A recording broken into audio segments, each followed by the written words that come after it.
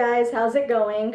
I know, it's been a hot minute and I've been gone for a while, but some interesting things have released since I've been gone. Has it been a year? Has it been more than a year? I'm not even sure anymore. I don't know how often these videos will be put up. Just kind of depends on my mood. But I did want to start making videos again and connecting with you guys. Also, please ignore my hair. If you guys have ever gotten lowlights and then gone to the beach, you know what this is about.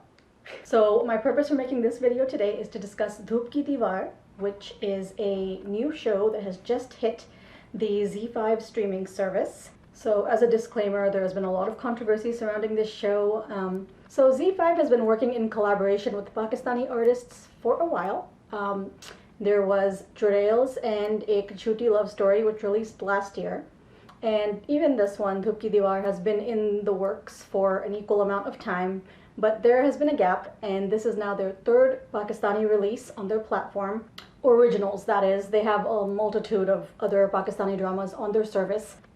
There has been a lot of controversy surrounding this show since it began being promoted. Everything from interreligious relationships to the plight of the Kashmiris has been a discussion point, not just on interreligious marriages, which has already been debunked by Umera Ahmed herself, so I don't think that's something we're going to be seeing, but also on the issue of Kashmir. A lot of people were saying it was insensitive. After having seen the first 2 episodes, I will just come out and say that. So I don't think the issue of Kashmir is discussed much in this show at all. I think the controversy might have been a little premature because, as far as I know, the only time Kashmir comes up is because the fathers of the 2 main characters are shaheed in Kashmir.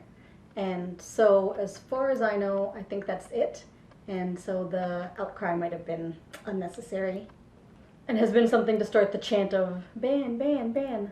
And as far as I know, it has been banned in Pakistan. I'm not sure. That's what I'm hearing from my friends in Pakistan who have been wanting to watch the show. Legally, they are unable to watch it, which is unfortunate because this show features some of Pakistan's best talents. Ahad Raza Mir, Sajal Aly, Samina Ahmed, Samiya Mumtaz, Savera Nadeem, you name it. I mean, some of our best actors are in this show. And then on top of that, it's directed by Haseeb Hassan, who has directed great shows like Diyar Dil and Alif in the past, and it's been written by Umera Ahmed, who has written some of my absolute favorite shows. Diki Gulzar Hai, Kankar, Uran, Kaide Tanhai, Dam, Doraha, are just some of her amazing shows and her amazing stories. The way Z is doing this is they are releasing 2 episodes every Friday. Of course, some sections of the press have seen the first 10 episodes.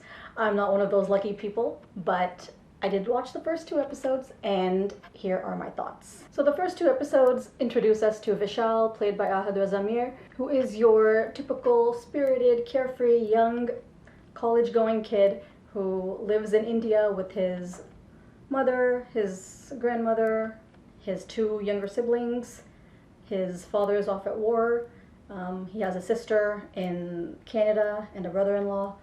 Then on the other side of the border, we're introduced to Sarah, who is played by Sajal Aly, and she has her grandparents, her mother, her own 2 siblings, and also a father away at war. So it does a great job showing the India-Pakistan match, how passionate people from the subcontinent are, and it shows how Indians appreciate Pakistani shows and Pakistanis watch Indian shows. We love Bollywood and Indians love Pakistani fashion, Pakistani shows, Pakistani actors. And so we're not as different as we seem, which is obviously something that we know. But I think sometimes when it comes to politics, we tend to fuzz it all out, maybe. And then of course tragedy strikes. So Vishal and Sarah's families are informed that their fathers are martyrs and they are, you know, shaheed. And this is obviously a tragedy for both families, and this is the reality, is that life can just change within minutes. And so we see how these families go through the trauma and the depression.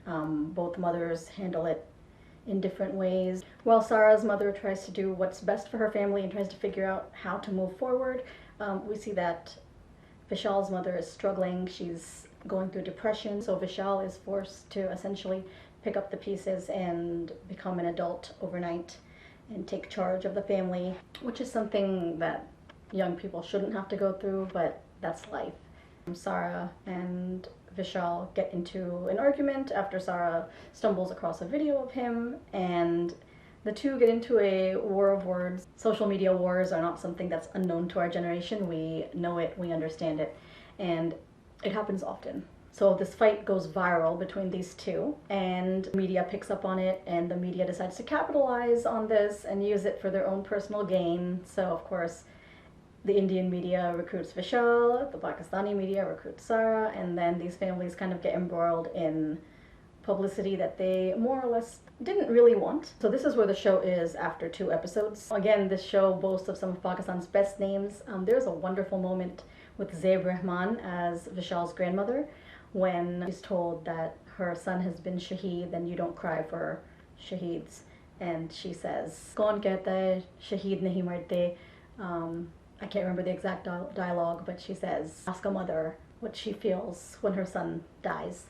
And this is what brings in that human element that, yes, families send their loved ones off to war, but when they don't come back, that still hurts. These are still families, these are human beings.